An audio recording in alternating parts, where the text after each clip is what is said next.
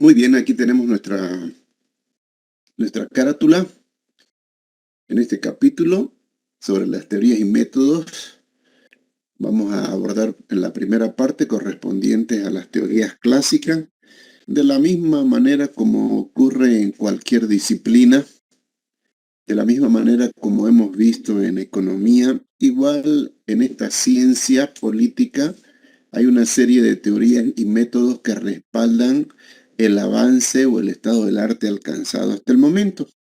Entonces vamos a hacer un recorrido sucinto a estas teorías. En una primera parte, como les mencionaba, las teorías clásicas y en una segunda parte a las teorías modernas dentro de la ciencia política. Entonces, y para ello, como no podría ser de otra manera, vamos a comenzar con Nicolás Maquiavelo porque a partir de Nicolás Maquiavelo se marca un punto de inflexión dentro de lo que significan las teorías clásicas, ¿no? Entonces, en ese sentido, vamos a ver, permítame un momentito.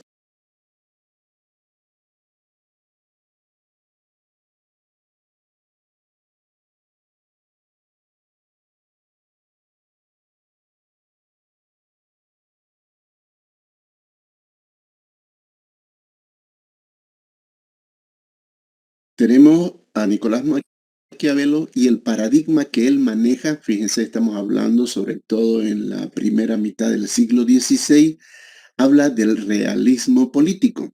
Es decir, estoy colocando al lado del nombre en rojo el paradigma que enarbolaba este autor, y de la misma manera vamos a proceder con los otros autores que estemos revisando.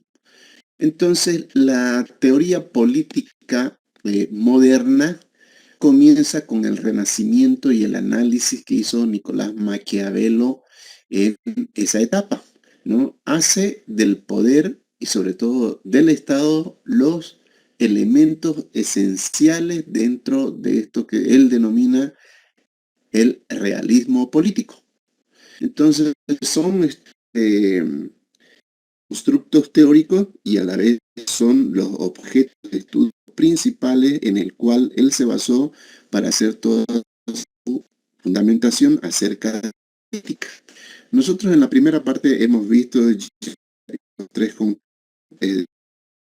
referencia de manera explícita lo que es el Estado, lo que es la nación y lo que es el gobierno. Y también hemos mencionado acerca de una de las grandes ocupaciones que siempre es a lo largo de la historia de la humanidad relacionada con el poder, el acceso al poder, el mantenerse en el poder y el perpetuarse en el poder parece haber sido una consigna siempre de los líderes políticos. Bien, entonces, en ese sentido, haciendo esa introducción, vemos de que el poder, de acuerdo a esta concepción, se convertirá en un mecanismo estudiable mediante técnicas o principios de posible aplicación universal. ¿Cómo lo hace toda teoría? Siempre toda teoría trata de generalizar lo que son sus afirmaciones, obviamente pasando previamente por una sustentación. Entonces, Maquiavelo pretendió construir una teoría de predecir y explicar las realidades políticas. Ya sabemos que cuando estamos hablando de una realidad total, hay una partecita que corresponde a la realidad política, como ocurre también con las otras disciplinas. Es decir, todas las disciplinas tienen de la realidad su parte a la cual se han dedicado. Entonces, decía Maquiavelo, al ser todas las cosas hechas por los hombres que tienen y tuvieron siempre las mismas pasiones, es del todo evidente que surtan el mismo efecto. Entonces, de esa manera, él hacía una de sus reflexiones en cuanto a la construcción de su teoría. En la obra de El Príncipe, ¿no?, de Maquiavelo, se establece claramente algunas directrices que marcan la línea propuesta bajo este paradigma de Maquiavelo. Entonces, este documento, esta obra, se constituye dentro del ámbito de la ciencia política en un manual práctico para gobernar y mantener el poder, sin caer en las trampas y los engaños de los hombres. Es decir, de una manera bastante objetiva, porque de eso se preciaba a Maquiavelo, de ser objetivo, de ser racional y de ser práctico. Entonces, bajo esta idea, el pensamiento de Maquiavelo, pues en el pensamiento de Maquiavelo, por ejemplo, lo que se refiere a la religión como a la moral, pueden ser utilizadas para consolidar el poder, es decir, son un medio, pero el funcionamiento de este es completamente ajeno a aquella, es decir, que dentro del ejercicio de la política se debería descartar todo lo que serían los principios morales y religiosos, porque eso obstruía ese poder gobernar y ese poder mantener el poder dentro de un Estado. Entonces, fíjense, era bastante racional, bastante objetivo, ¿no? Y obviamente desechaba cualquier tipo de sensibilidad que pudiera desarrollar el ser humano en términos de los principios, a partir de los principios morales y también de la religión. Entonces, el problema de Maquiavelo no es legitimar el poder, sino mantenerlo. Por eso es que hace un momento, en el primer párrafo, hablábamos de acceder al poder y mantener el poder. Y esto lo hacía en base a la fuerza y la astucia. Entonces, estas son dos habilidades que deberían poseer los gobernantes, dos virtudes en realidad que deberían poseer los gobernantes. Y él decía que eran los únicos elementos capaces de explicar la caída de los imperios y los gobiernos, que si se carecía de ello, obviamente iban a incurrir en esa pérdida. El príncipe, en esta obra del príncipe de Maquiavelo, se pretendía enseñar cuáles son los mecanismos del gobierno, cómo se puede consolidar, cómo se puede fortalecer el Estado y qué errores llevan a la decadencia y a la ruina dentro de un Estado. Entonces, evidentemente él pasaba por identificar todos aquellos aspectos que podrían socavar el gobierno, que podrían socavar el Estado. Entonces, en ese sentido iban todas sus reflexiones. En esta obra, el lenguaje de la fuerza es lo único que Maquiavelo considera necesario para incrementar y mantener el poder. Entre paréntesis podemos decir, bueno, que esto también era fruto de las características de la época, porque si nosotros empezamos a hacer alguna analogía, digamos que ese es un recurso último en un estado de excepción que puede permitirse un gobernante dentro de un estado, es decir, la utilización de la fuerza o la utilización de las fuerzas armadas, ¿no?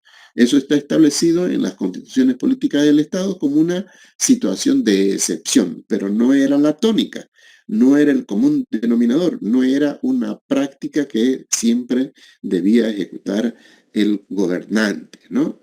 En ese entendido, entonces, vemos de que la educación y el oficio del príncipe, a lo que éste debe entregar su tiempo y energía, han de estar dirigidos a conocer el arte de la guerra. Entonces había toda una preparación que se hará, ¿no?, del gobernante para poder pensar en las conquistas territoriales, porque eso era muy propio de la época. En la medida de que un Estado conquistaba territorio, se engrandecía y se hacía más poderoso. Si nosotros hacemos un símil con lo que sería en nuestra época, obviamente no vemos de que esa sea una tónica de todo Estado. Hay evidentemente algunas excepciones como las que estamos viviendo ahora, ¿no? Con el caso de Rusia, y bueno, son excepciones a la regla, no es la generalidad de los estados. Entonces, aquí vemos de que Maquiavelo distingue entre buenas leyes y buenas armas, como dos ingredientes fundamentales para la consolidación de cualquier estado. Y aquí podemos encontrar también dos abstracciones que forman parte ineludible de la filosofía política de Maquiavel. Hablamos de la fortuna y la virtud, una combinación que está compuesta por la fuerza, el valor y la capacidad, por un lado, ¿no?, de resolución, pero también por astucia, inteligencia y estrategia. Entonces, esos son los elementos característicos que debería tener un gobernante para poder ejercer el poder. Entonces, fíjense, compañeros, cómo este manual político práctico de Maquiavelo, esta pequeña obra de bolsillo, entrañaba pues una serie de enseñanzas que los gobernantes deberían tener y que desde esa época, desde el inicio de la Edad Moderna hasta la actualidad, se ha utilizado como un manual de la política, ¿no? Un manual frío de la política para poder ejercer la misma, es decir, la política y el poder. Bien, eso como una síntesis de la obra de Maquiavelo, del pensamiento del Maquiavelo y el realismo político. Ahora pasamos un poquito más adelante ya, estamos hablando del siglo XVII, a otro paradigma, a lo que se denominó la protección del Estado absoluto. Aquí el precursor, Thomas Hobbes, un prolífico cientista de la política, quiere utilizar para construir su teoría política en los nuevos modelos científicos matemáticos. Es decir, se apoya en los modelos científicos matemáticos, los cuales llevarán a cabo la revolución científica iniciada por Copérnico en el Renacimiento.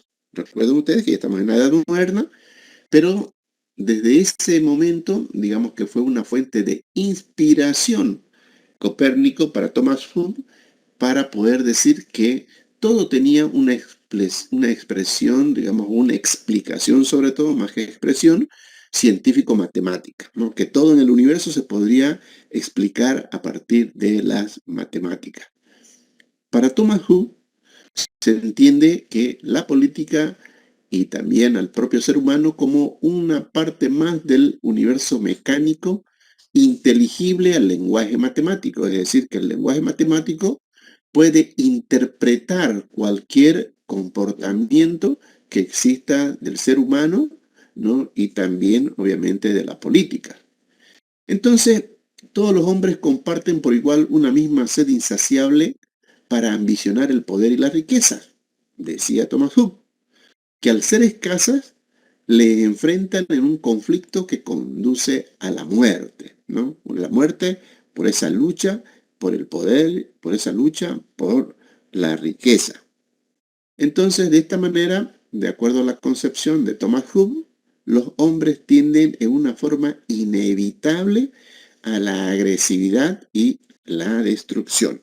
Características identificadas por Hobbes acerca del comportamiento humano en esa pugna por el poder y la riqueza.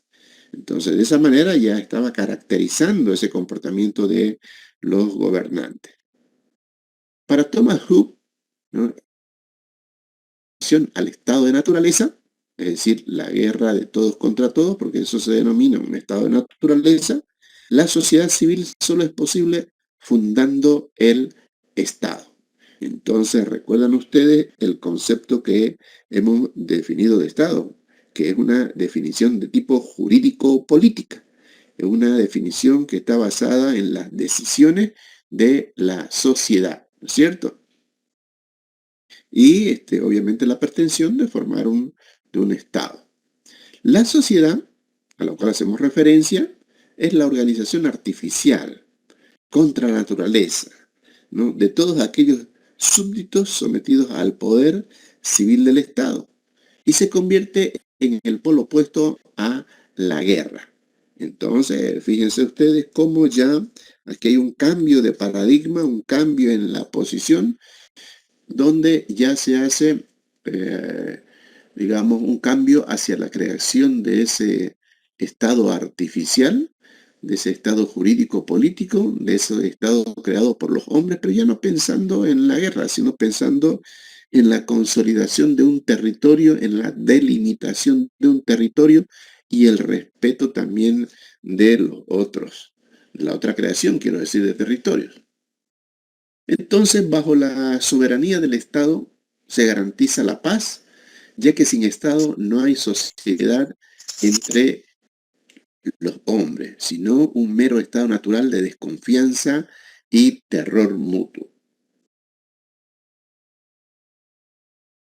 Para Hobbes, habían una serie de reflexiones en las cuales había que entrar para poder explicar esto del Estado absoluto, ¿no? Y también decir, bueno, ¿cómo vamos a proteger ese Estado absoluto?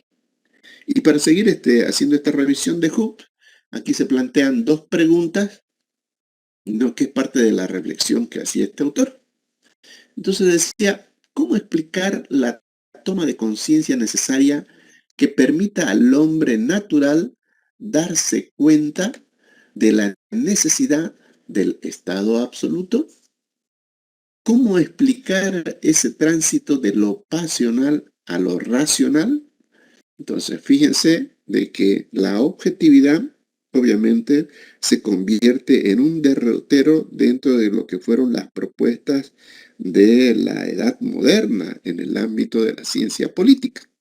Entonces, cuando se apega más a lo racional, cuando se apega más a lo científico, entonces estamos hablando de un cambio de actitud en torno a que hay que pensar más con la cabeza que con el corazón. Eso es lo que decía también Hobbes, ¿no? Entonces, bajo estas preguntas se han hecho una serie de reflexiones en torno a este paradigma de la protección del Estado absoluto de Thomas Hobbes.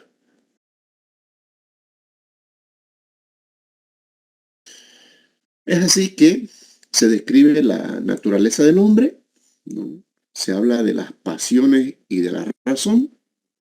Las pasiones como un impulso inicial que inclina a los hombres a desear y a conseguir los bienes y privilegios del prójimo.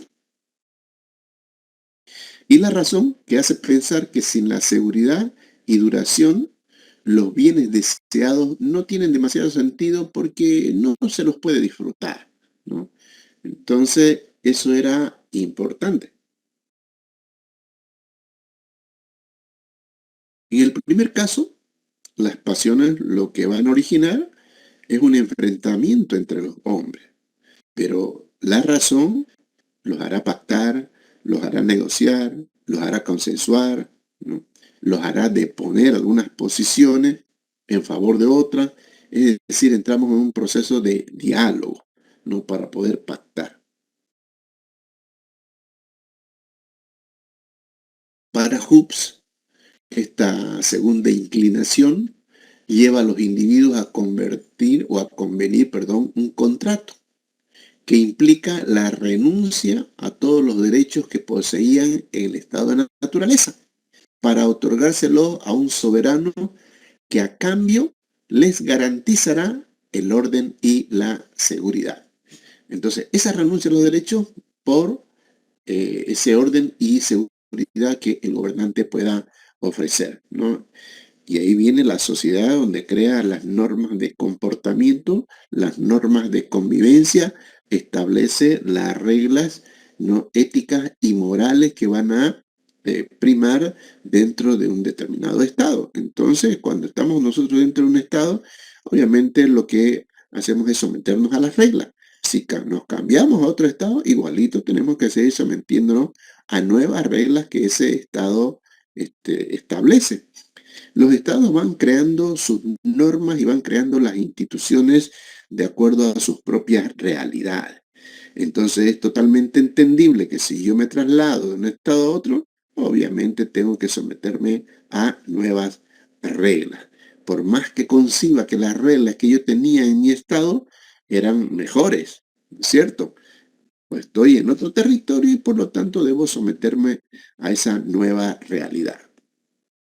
La sumisión absoluta es el pago de los súbditos al soberano, a modo de rescate por haberles salvado de su destructivo estado de naturaleza. Porque como decíamos, el estado de la naturaleza, ahí prima la ley del más fuerte. Y por eso es que se habla de un estado destructivo, ¿no es cierto? Entonces, el haberlo rescatado, el haber cambiado por una sumisión a las normas, reglas, principios y valores, tanto éticos como morales, se convierte en la convención, en un contrato, ¿no es cierto? El contrato, entonces, hace al soberano el verdadero fijador de la justicia y de la moral, ya que lo justo y lo bueno pasan a definirse como lo coincidente con la voluntad del soberano. Y hemos escuchado mucho, ¿no? Esta palabra del soberano, del individuo, del ciudadano dentro de un Estado. Entonces ya desde esa época se hablaba de este constructo teórico. Muy bien.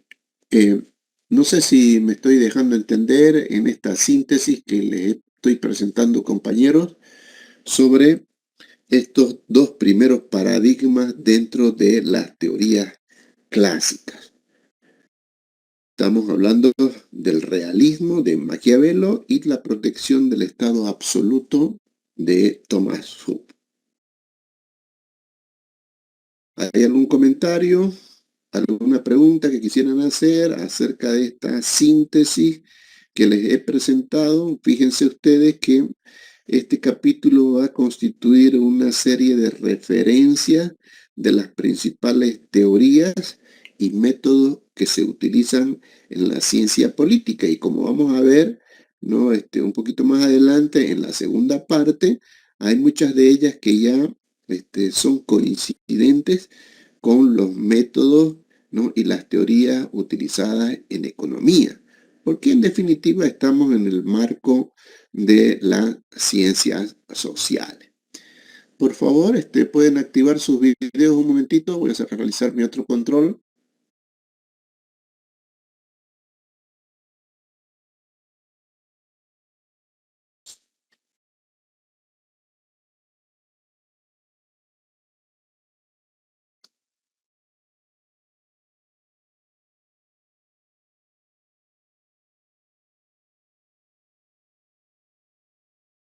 Me estoy dejando entender con esta síntesis, compañero, que les estoy mostrando en las diapositivas.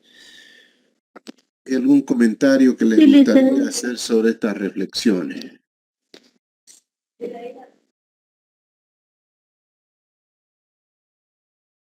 Bien, Carla, Luis, bien.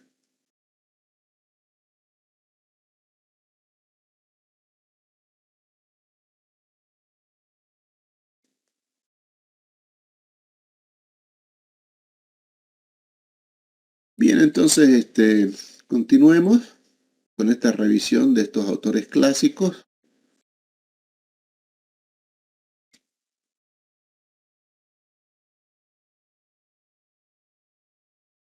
Y aquí tenemos un autor que ya es conocido para nosotros en economía como es John Locke, porque él habla de los fundamentos de la teoría liberal, obviamente aplicada en este caso a la ciencia política, ¿no?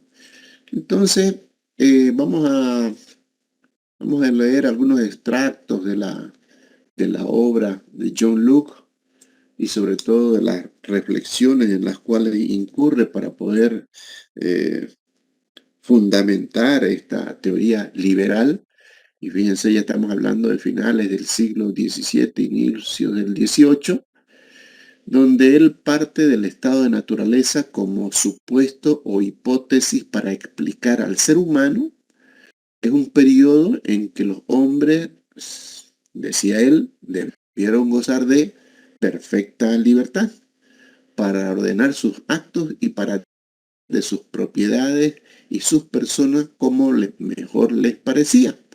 dentro de los límites de la ley natural, sin necesidad de pedir permiso y sin depender de la voluntad de otra persona, ¿no? Entonces, esto es propio también, obviamente, de la época, ¿no?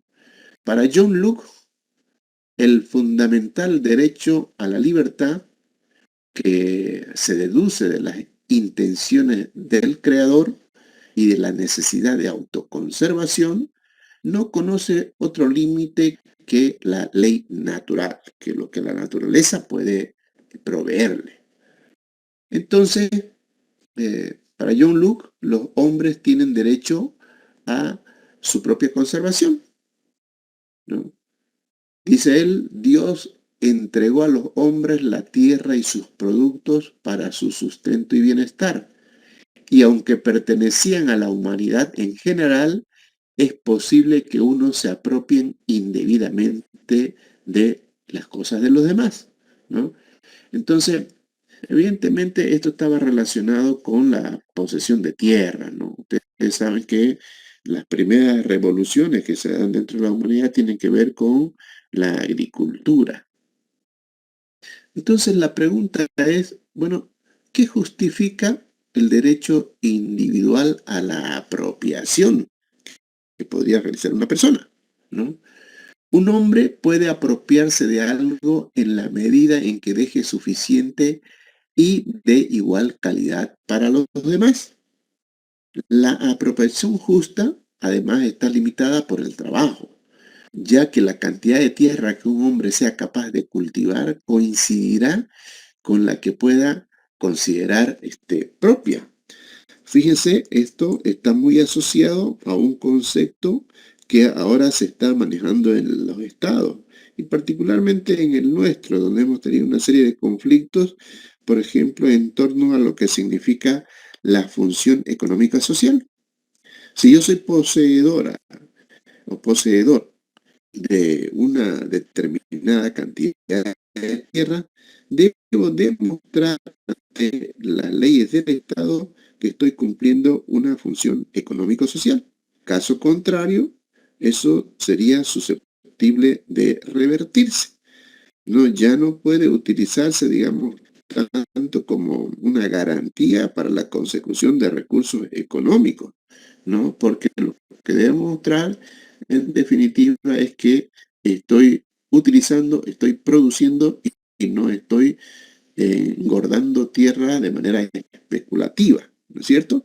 Entonces, fíjense cómo esto que nosotros empezamos a ver, ¿no? Ya desde hace varios siglos, ahora sigue concitando una serie de normativas en los estados en la actualidad que permitan normar, ¿no?, la posesión de los individuos de determinados territorios.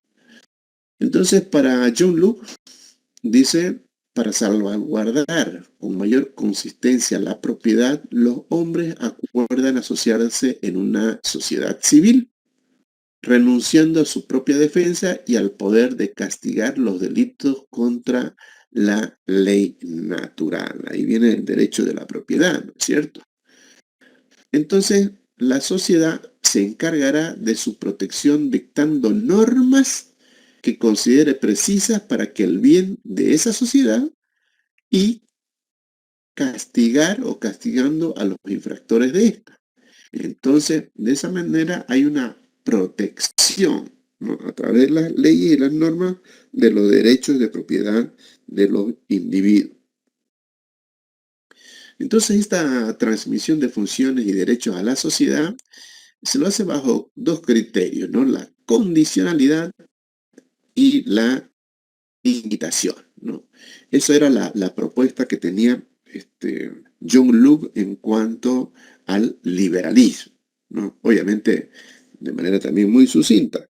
Y como les decía al inicio, si nosotros ya queremos luego profundizar en alguna de estas teorías, pues hoy tienen ustedes la referencia de lo que es el autor y de lo que es el paradigma que enarbolaba, ¿no? Y aquí tenemos otro autor también, como es Charles Louis de Montesquieu, donde ya en la primera mitad del siglo XVIII él habla del método comparativo. Método comparativo, en su obra principal, El espíritu de las leyes, reside en el intento de construir un método para analizar las instituciones, lo estoy colocando en azul, la legislación y los gobiernos de cada país, atendiendo a determinaciones de tipo físicas y culturales. Esta es una famosa obra de Montesquieu, ¿no? El método, para explicar el método comparativo. Traducido en este documento, esta obra del espíritu de las leyes. El método de Montesquieu supone que las leyes tienen que actuar de manera diferente en distintas comunidades humanas y producir diferentes instituciones. Y es lo que mencionábamos hace un momento, y es lo que ocurre en los estados en la actualidad. Entonces, los estados en la actualidad de instituciones de acuerdo a su propia realidad. Entonces, establecen las normas, establecen las leyes y procedimientos necesarios para la convivencia en una determinada sociedad de acuerdo a sus características. Y se van creando las instituciones también características de su estado, porque cada estado está asignado por unas características económicas y sociales a las cuales deben responder todas sus normas y también sus instituciones. Para Montesquieu, las leyes, y esto habla de una filosofía política con un doble propósito. El primero quiere entender científicamente la diversidad de leyes y costumbres humanas, que son las leyes no escritas, es decir, lo hace por una convención o por tradición, que determinan física y culturalmente a una sociedad. Entonces, esa tradición, ¿no? Esa diversidad de tradiciones humanas que luego se pueden traducir a leyes dentro de un Estado. Y segundo, que pretende ser capaz de descubrir el tipo de gobierno y de sistema legislativo más adecuado para cada país en concreto. Entonces, de eso se trata en la filosofía política, ¿no? Y esta diapositiva sintetiza, por ejemplo, lo que han seguido siempre los estados a lo largo de toda la historia de la humanidad que se va construyendo. Entonces, de esa manera se forman los estados, de esa manera se establecen las normas, ¿no? Se establecen las normas éticas y morales que deben seguirse en un Estado, se establecen también las instituciones necesarias de acuerdo a su propia realidad de tipo cultural, ¿no? Entonces esto es muy importante. Por eso es que cuando nosotros estudiamos esos constructos teóricos del Estado, la nación y el gobierno, hemos precisado con meridiana claridad, por ejemplo, cuando nos referíamos al concepto de nación, que es una definición de tipo sociológica cultural, a diferencia de lo que es el Estado, que es jurídico-político, ¿no es cierto? Entonces ahí nosotros establecemos claramente las diferencias. Entonces, las leyes y los gobiernos, por tanto, no pueden imponer modelos abstractos o utópicos, sino que deben adaptarse a las circunstancias en que vive una nación.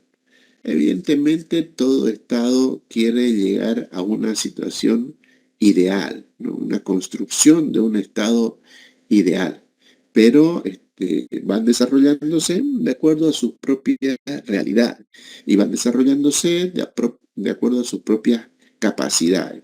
Evidentemente pueden emular, pueden tratar de emular, pueden tratar de copiar lo que ha ocurrido en estados exitosos, ¿no es cierto? Porque de esa manera también nosotros estamos a tono con lo que va desarrollándose en la humanidad. Si, por ejemplo, hay todo un estado del arte desarrollado a nivel de la política a nivel de los estados, pues los estados están en todo el derecho de poder emular esas situaciones para poder también desarrollarse. Hay que aprender de lo que van más adelante, ¿no es cierto? Para Montesquieu, entonces, descubre algo muy importante, ¿no? Al insistir en que las garantías de libertad no están en la teorización o en la búsqueda de una virtud cívica superior, sino en la organización y delimitación funcional de las distintas instituciones dentro del Estado, ¿no?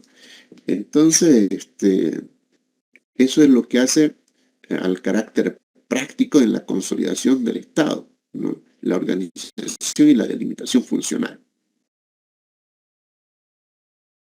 Dividiendo el poder, garantizamos y fortalecemos un régimen de libertad. ¿Y por qué se menciona esto? ¿No? Por Montesquieu. Fíjense, también este es un referente que se utiliza en los estados en la actualidad. Por eso es que ha habido la creación de los distintos poderes en los estados. El poder ejecutivo, el poder legislativo, el poder judicial y ya más contemporáneamente el poder electoral. Y se considera que estos son organismos, son instituciones independientes, porque de esa manera garantizamos ese control cruzado, de esa manera fortalecemos el régimen de libertad. Pero cuando uno de los poderes no acapara, ¿no? O digamos, coopta otros poderes, entonces obviamente le está haciendo un flaco favor a lo que es el desarrollo del Estado. La independencia de los poderes es una garantía de las libertades, ¿no? Es una garantía de lo justo, de lo democrático, de lo participativo, de lo liberal dentro de un Estado. Entonces no se puede perder la perspectiva esa, no se puede perder. ¿Está bien?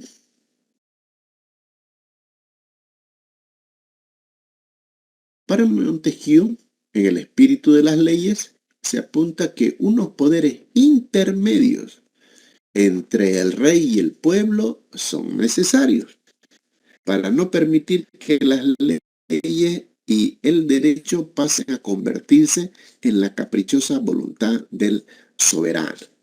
Entonces, de esta manera, fíjense, estamos viendo que ya desde esa época se tenía clara la figura de la independencia de los poderes, ¿no es cierto? Entonces, este espíritu de las leyes es una de las grandes obras que ha existido a lo largo de la historia de la humanidad y que ha sido como referente para la construcción de los estados democráticos. Esos poderes intermedios, compuestos por fuerzas sociales diversas, deben convertirse en un colchón entre los gobernantes y la población. Pluralismo y convivencia a través de las leyes. Participación y convivencia a través de las leyes, rezaba Montesquieu, ¿no? En su obra.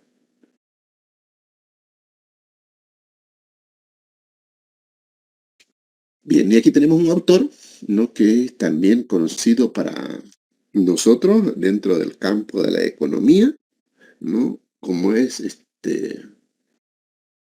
Jeremy Bentham, ¿no? Con su teoría utilitarista. Fíjense ya en los inicios, en la primera mitad ya del siglo XIX, esto de manera más profusa, como una nueva propuesta, ¿no? Entonces, evidentemente, como están empezando a notar, hay una coincidencia entre las teorías que hemos estudiado en economía, seguramente ustedes han revisado en historia del pensamiento económico o en general domina la historia de las doctrinas económicas, ¿no? Estas teorías que también han sido utilizadas desde el punto de vista de la política. Bien, ¿se va entendiendo, compañeros, que dicen? ¿Va quedando claro? Es evidente que dentro de las ciencias sociales tenemos muchas cosas en común y como no podía ser de otra manera, los fundamentos teóricos, ¿no? En el ámbito de la economía, la política, la sociedad, que es siempre una triada indisoluble para su tratamiento dentro de las ciencias sociales, ¿no? Y eso es lo que nosotros estamos viendo ahora. ¿Alguna pregunta? ¿Algún comentario? ¿La lectura que estoy realizando está quedando clara? ¿Qué me dicen, compañeros?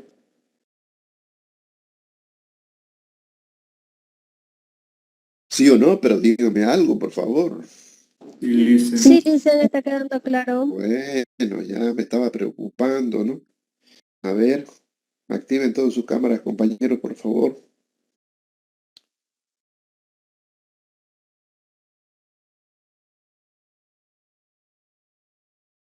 Bueno, la tónica, compañeros, en esta materia es, como les dije al inicio, leer, releer lo leído y volver a leer lo releído, ¿no es cierto? Entonces, esta materia es bastante teórica, hay que darle una buena lectura.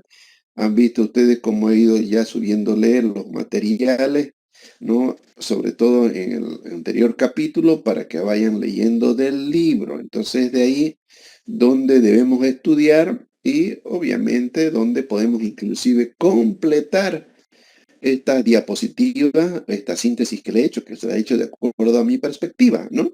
Entonces, eso no omite el hecho de que ustedes puedan aumentar diapositivas ahí, no puedan construir sus propios esquemas para ir comprendiendo lo que van leyendo en el libro. La fuente original es el material del libro que yo les estoy cursando de manera paralela a estas guías de clase. ¿Está bien? ¿Qué dicen, compañeros? ¿Está claro? Sí, licenciado, está claro. Sí, Bueno, licenciado. ya, compañeros. Entonces, ya saben, lean, relean y vuelvan a leer, que eso es gratis, no les cobro nada, ¿no? No cuesta nada, además, pueden leer todo lo que quieran. Mientras más lean, mejor, ¿no? Y además, mientras más lean, como les dije al inicio, más tiempo viven. Entonces, esa es una tónica, ese es un regalo, ¿no? Es algo que debemos cultivar. Muy bien, compañeros, vamos a hacer un paréntesis en nuestro avance en este momento para poder ingresar a nuestra otra clase, ¿no? Y bueno, ya también matizar un poco los contenidos entre la parte teórica y la parte práctica que seguramente tienen ustedes en la materia que sigue, ¿no? Al igual que yo voy a ir a otra materia.